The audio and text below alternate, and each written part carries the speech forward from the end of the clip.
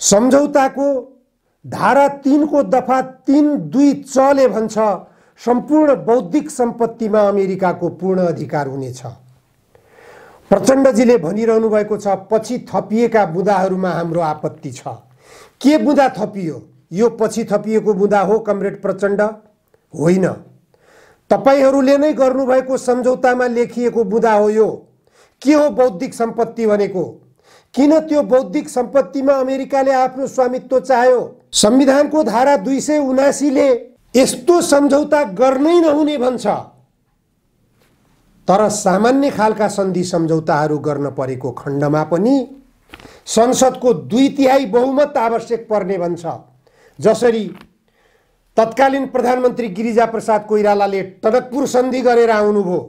तत्कालीन नेकपा एमालेका महासचिव मदन भण्डारीले त्यसको जमेर विरोध गर्नुभयो। त्यो महाकाली सन्धिकै कारणबाट कालापानी गुमेको छ। लिम्पिया धुरा र लिपुलेक गुम्दा पनि यो देशका सत्तासीन दलहरू चुप लागेर बसेका छन्, मौनता साधेका छन्।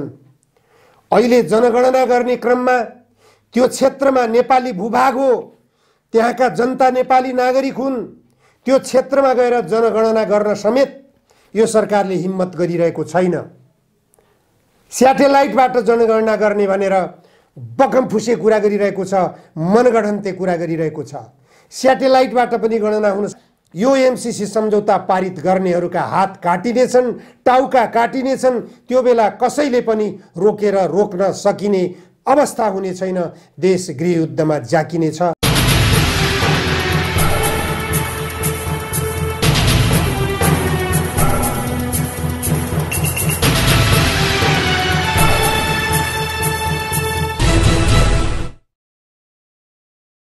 नमस्कार, जनधारणा खबरको युट्युब च्यानलमा यहाँहरूलाई स्वागत छ। आजको जनचासोको 179 श्रृङ्खलामा म उपस्थित भएको छु। सरकारले एमसीसी सम्झौता संसदबाट पारित गर्ने प्रतिबद्धता अझै पनि व्यक्त गरिरहेको छ। अमेरिकाबाट नेपाल भ्रमणमा आएका उपसहायक विदेश मन्त्री डोनाल्ड लू सहितको टिमसँग प्रधानमन्त्री शेरबहादुर देउवाले यस्तो प्रतिबद्धता व्यक्त गर्नुभएको सार्वजनिक भएको छ। प्रधानमन्त्री देउवाले कुनै पनि संशोधनको आवश्यकता छैन, सम्झौता यथास्थितिमै पारित गरिनेछ भनेर आश्वासन दिएर पठाउनु भएको छ।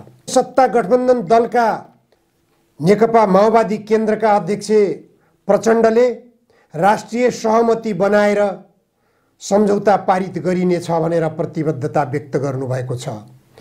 प्रमुख प्रतिपक्षी दल नेकपा एमालेका अध्यक्ष केपी ओलीले पनि त्यो टिमसँग शुक्रबार भेटवार्ता गर्नुभयो र त्यो टिमसँग उहाँले पनि त्यस्तै खालको प्रतिबद्धता व्यक्त नगरे पनि उहाँले सरकारले नेकपा एमालेसँग यो सम्बन्धमा कुनै संवाद गरेको छैन, कुनै पहल गरेको छैन भनेर जवाब दिनुभएको कुरा समाचारको रूपमा बाहिरिएको छ।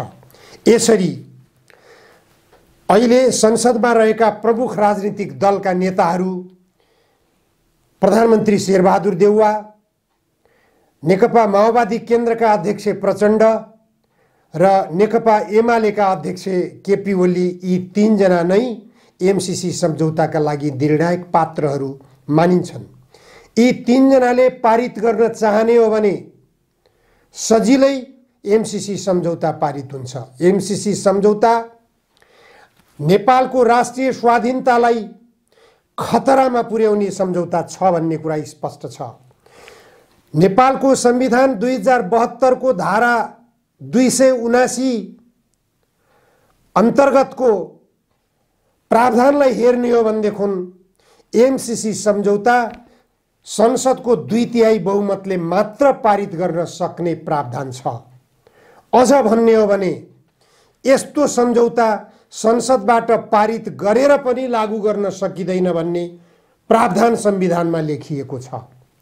त्यसर्थमा व्याख्या गर्ने हो भने एमसीसी सम्झौता नेपालको लागि दूरगामी महत्त्वको, दूरगामी परिणाम दिने खालको सम्झौता हो। यो सम्झौताले नेपाललाई अमेरिकाको उपनिवेश बनाउँछ भन्ने कुरा स्पष्ट छ। यो सम्झौताले नेपालको कानुन र संविधानलाई निष्क्रिय बनाउन खोजेको छ भन्ने कुरा स्पष्ट छ। धेरै कुराहरू यस सम्झौतामा उल्लेखित कुराहरू नेपाल राष्ट्रको अहितमा छन्। त्यो स्पष्ट हुँदाहुँदै पनि प्रधानमन्त्री, प्रमुख प्रतिपक्षी दलका नेता र सत्ता गठबन्धन दलका प्रमुख पात्र प्रचण्ड समेतले यो सम्झौतामा अझै पनि स्पष्ट दृष्टिकोण बनाउन सकिरहेको पाइएको छैन।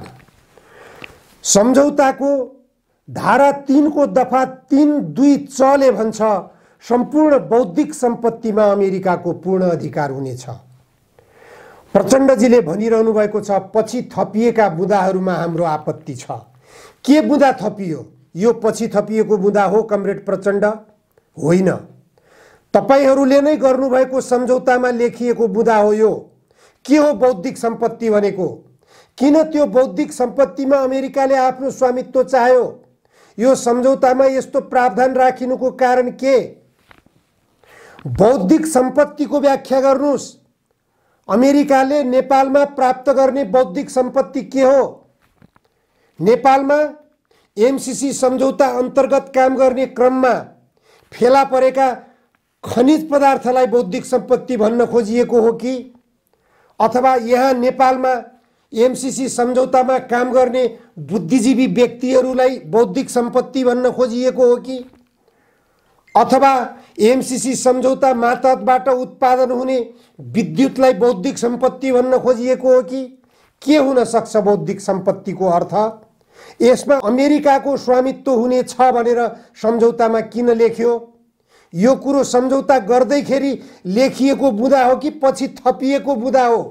त्यसैगरी धारा 3 को दफा 3 को 8 क मा लेखिएको छ परियोजनाको लेखा परीक्षण अमेरिकाको कम्पनीले मात्र गर्न सक्नेछ। मात्र, यो शब्दलाई गम्भीरतापूर्वक ध्यान दियोस्। यो शब्द, यो प्रावधान प्रारम्भमा सम्झौता गर्दाखेरि लेखिएको हो कि पछि थपिएको हो कमरेड प्रचण्ड? तपाईसँग नेपाली जनताले प्रश्न गर्न खोजिरहेका छन्। यसले के प्रावधान देख्छ? एमसीसी सम्झौता मातहतबाट विद्युत उत्पादनको निम्ति र सडक सञ्जाल विस्तारको निम्ति भनेर जो अमेरिकाले दिने भनेर घोषणा गरिएको छ 55 अरब नेपाली रुपियाँ, त्यति मात्रको निम्ति अमेरिकाले लेखा विवरण अमेरिकाले मात्र हेर्ने किन?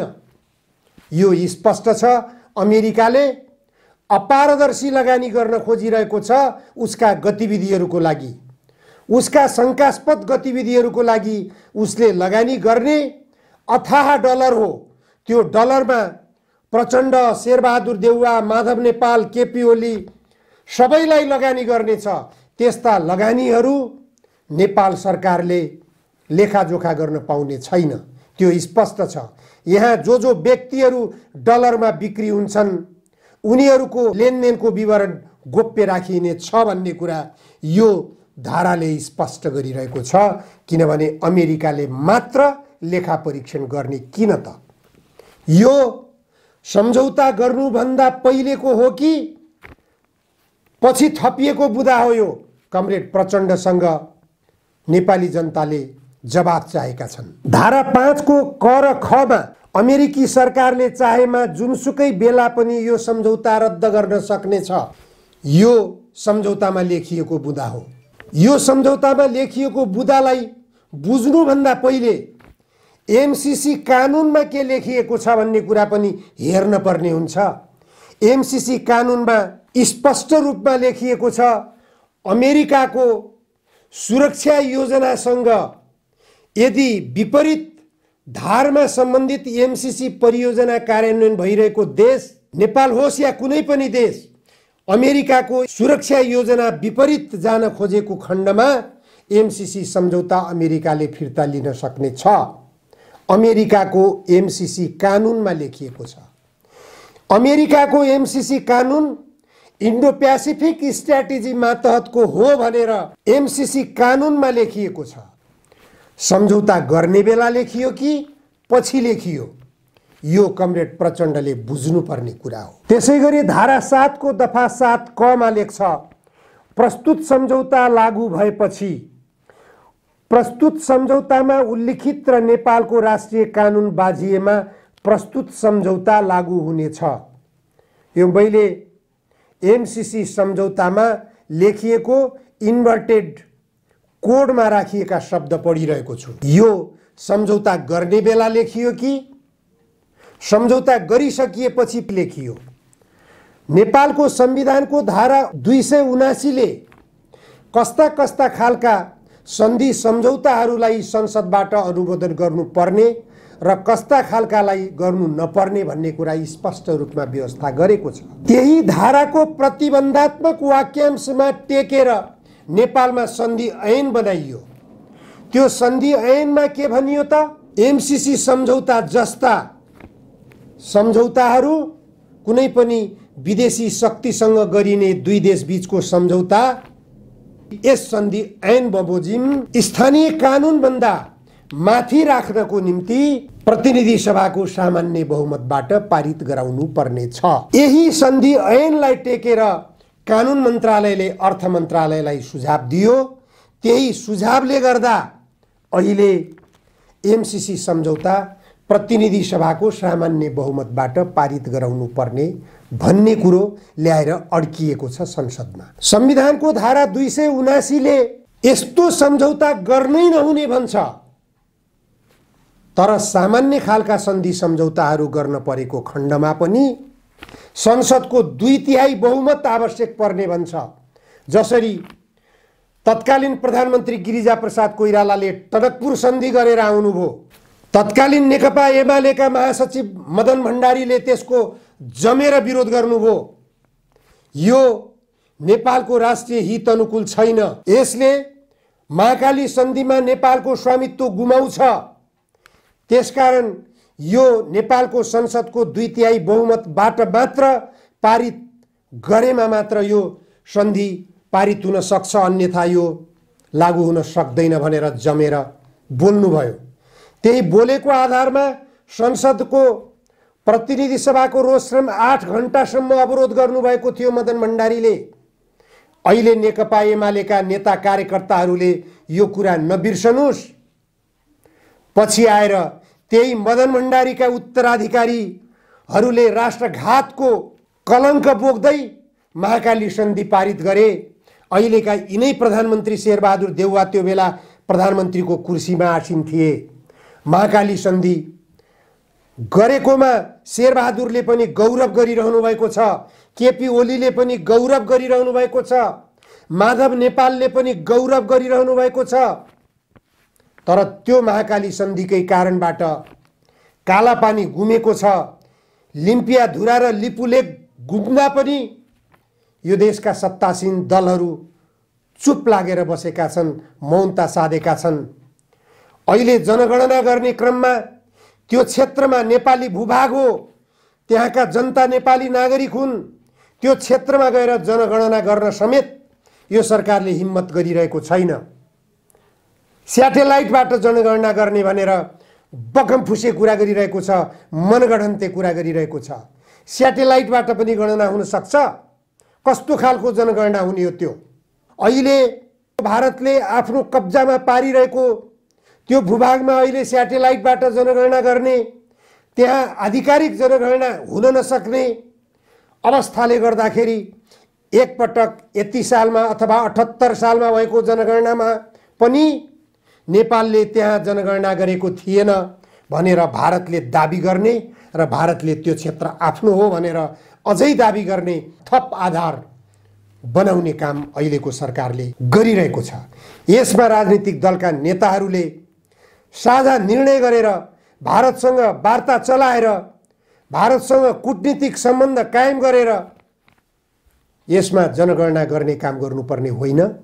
यो राष्ट्रिय हितको सवालमा बोल्नै नसक्ने, पत्राचार समेत गर्न नसक्ने अनि अमेरिकासँग एमसीसी सम्झौता राष्ट्रिय सहमति कायम गरेर यो सम्झौता पारित गर्नेछौँ भनेर बोल्न पर्ने किन तपाईहरूलाई? तपाईहरूले राष्ट्रिय सहमति बनाएर भारतले कब्जा गरेर राखेको भूभाग फिर्ता लिन प्रयास गर्नुहोस् न। अनि बल्ल तपाईहरुमा देखिनेछ राष्ट्रवाद, तपाईहरुमा देखिनेछ देशभक्ति, तपाईहरुमा देखिनेछ देशप्रतिको जिम्मेवारी बोध। अन्यथा तपाईहरुलाई नेपाली जनताले कसरी विश्वास गर्ने?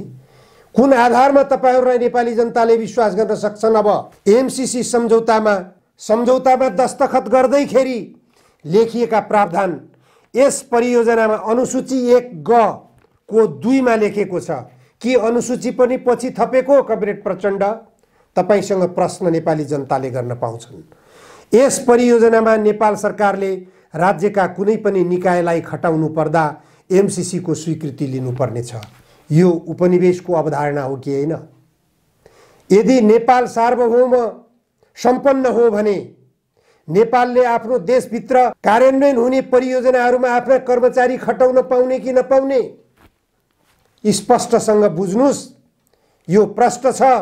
अमेरिकाको उपनिवेश बनेपछि अमेरिकाको कानुन लागू हुनेछ, अमेरिकाको संविधान लागू हुनेछ, यो सरकार एमसीसी सरकार हुनेछ, यो सरकारले एमसीसीले जे अराउँछ खटाउँछ त्यो मात्र गर्न पाउने हुनेछ।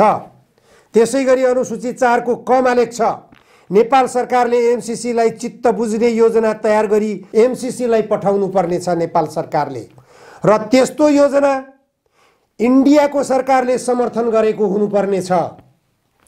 कमरेड प्रचण्ड, यो प्रावधान सम्झौता गर्दैखेरिको हो कि सम्झौता गरिसकेपछि लेखिएको हो? आँखामा पट्टी लगाएर यो सम्झौतामा तपाईहरुले दस्तखत गर्नुभएको हो? त्यसकारण तपाईहरुले यो सम्झौता गर्दाखेरि सम्झौता राम्रोसँग अध्ययन गर्नुभएको थिएन भन्ने कुरा स्पष्ट हुन्छ। न त प्रधानमन्त्री शेरबहादुर देउवाले यो सम्झौता राम्रोसँग अध्ययन गर्नुभयो, न त कमरेड प्रचण्डले अध्ययन गर्नुभयो। अझ भन्न सकिन्छ डाक्टर बाबुराम भट्टराईले पनि यो सम्झौता अध्ययन गर्नुभएको छैन। अमेरिकाको लगानी आवश्यक छ, चीनको पनि लगानी आवश्यक छ। बाबुरामजी भन्नुहुन्छ बीआरआई र एमसीसी एउटै हुन्। यस्तै सम्झौतामा बाँधिएको छ बीआरआईमा, तर एमसीसी सम्झौतामा लेखिएका यी बुदाहरू, जुन बुदाहरूले नेपालको स्वाभिमानी खसालेका छन्, नेपाललाई प्रष्ट रूपमा अमेरिकाको उपनिवेश बनाइरहेको छ, नेपालको जलसम्पदामा स्पष्ट रूपले भारतको कब्जा बनाइरहेको छ। यो स्पष्ट रूपमा देख्दा देख्दै पनि डाक्टर बाबुराम भट्टराईजीले जेएनयूमा पढेको पीएचडी को विद्वत्ता कहाँबाट यो बीआरआई र एमसीसीलाई एउटै आँखाले हेर्नुहुन्छ? तपाईको विद्वत्ता कहाँ गयो? 10 वर्षसम्म युद्ध गरेर यो देशमा साम्राज्यवाद र सामन्तवादको विरुद्धमा 17,000 जनताको रगत बगाएर तपाईहरुले यस्तै सम्झौता साम्राज्यवादी देशसँग गर्नको निम्ति त्यो रगत बगाइएको थियो। डाक्टर बाबुराम भट्टराई र प्रचण्डले छातीमा हात राखेर सोच्नुपर्ने अवस्था हो यो। तपाईहरु यो सम्झौताको अध्ययन नै नगरेर बोलिरहनु भएको छ भन्ने कुरा स्पष्ट हुन्छ। अन्यथा पछि थपिएका बुदाहरू हाम्रा लागि सहमति छैन भनेर प्रचण्डले बोल्नुपर्ने अवस्था किन? सन्धि ऐन अनुसार यो प्रतिनिधि सभाको सामान्य बहुमतबाट पारित गर्नुपर्ने भनेर उल्लेख भएको हुनाले कानुन मन्त्रालयले त्यो राय दिएको हो। त्यो सन्धि ऐन त्रुटिपूर्ण हो कि त्यो सन्धि ऐन अनुसार सामान्य बहुमतबाट पारित गर्नुपर्छ भनेर सुझाव दिनु त्रुटिपूर्ण हो? त्यो सन्धि ऐन तपाईहरुले त्रुटिपूर्ण बनाउनु भएको छ। यही एमसीसी सम्झौता पारित गर्नको लागि तपाईहरुले त्यो सन्धि ऐन बनाउनु भएको हो। सन्धि ऐन 2047 मा संशोधन गर्ने बेला तपाईहरुले यो एमसीसी सम्झौता गर्नुभएको छ कमरेड प्रचण्डहरु। त्यसकारण यो नेपालको अहितमा छ भन्ने कुरा स्पष्ट छ। एमसीसी सम्झौतामा लेखिएका बुदाहरूमा नेपाल सरकारको सहमति छैन भन्ने कुरा एमसीसीसँग सरकारले सोधेका प्रश्नहरूबाट पनि स्पष्ट भइसकेको छ। ती सम्झौताहरू संशोधन हुन सक्छन् कि सक्दैनन् भनेर सरकारले सोधेको प्रश्नको जवाफमा एमसीसीबाट जवाफ आइसकेको छ। एक पटक भइसकेको सम्झौतामा संशोधन हुन सक्दैन भनेर जवाफ आइसकेको छ भनेपछि यो सम्झौतालाई फिर्ता पठाउनु बाहेक अर्को विकल्प छैन। वामदेव गौतमले स्पष्ट रूपमा भन्नुभएको छ नेपालको राष्ट्रिय हितमा नभएको हुनाले एमसीसी सम्झौता फिर्ता गर्नुको विकल्प छैन। अमेरिकाले यो सम्झौता फिर्ता गर्नु सबैभन्दा उपयुक्त हुने दृष्टिकोण उहाँले राखिसक्नु भएको छ। यस्तै स्पष्ट दृष्टिकोण नेकपा माओवादी केन्द्रले किन राख्न नसक्ने, नेकपा एकीकृत समाजवादीले किन राख्न नसक्ने, नेकपा एमाले किन राख्न नसक्ने? के एमसीसी सम्झौताकै कारणबाट तपाईहरूको पार्टी विभाजित भएको हो? यसमा गम्भीरतापूर्वक केपी ओली, माधव नेपाल र प्रचण्डले जवाब दिन सक्नुपर्छ। 2/3 बहुमतको निकट बनेको सरकार, त्यो सरकारलाई आज कुन अवस्थामा पुर्याउनु भयो? नेपाली जनता जसको मत प्राप्त गरेर तपाईहरू 2/3 बहुमत नजिकको कम्युनिस्टहरूको सरकार गठन गर्नुभएको थियो, जनतालाई जवाब दिन सक्नु पर्दछ। एमसीसी सम्झौता यो कारणले गर्दा हामीले पारित गर्न खोजेका थियौं भनेर तपाईहरूले तत्कालमा यी त्रुटिहरू देख्नु भएन, पक्कै पनि आज देख्नु भएको छ। देखिसकेपछि, स्पष्ट रूपमा यी त्रुटिहरू बुझिसकेपछि नेपालको राष्ट्रिय हितमा छैन भन्ने कुरा स्पष्ट हुन जरुरी छ। यसलाई विदा गर्न जरुरी छ, यसलाई खारेज गर्न जरुरी छ। एमसीसी सम्झौता पारित गराउन अमेरिकाबाट कुन तहको दबाव सृजना भइरहेको छ भन्ने कुरालाई गम्भीरतापूर्वक बुझ्नुहोस्। यसरी दबाव सृजना हुनुको पछाडि अमेरिकाको स्वार्थ के हुन सक्छ? सबै संसदवादी राजनीतिक दलहरूले यसमा गम्भीरतापूर्वक बुझेनन् भने, यसमा गम्भीरतापूर्वक बुझेर यो सम्झौतालाई फिर्ता गर्ने बुद्धिमत्तापूर्ण काम गर्न सकेनन् भने देश गृहयुद्धमा जाकिनेछ। यहाँ यो एमसीसी सम्झौता पारित गर्नेहरूका हात काटिनेछन्, टाउका काटिनेछन्। त्यो बेला कसैले पनि रोक्न सकिने अवस्था हुने छैन। देश गृहयुद्धमा जाकिनेछ। हस्, आजलाई यति मात्र। धन्यवाद।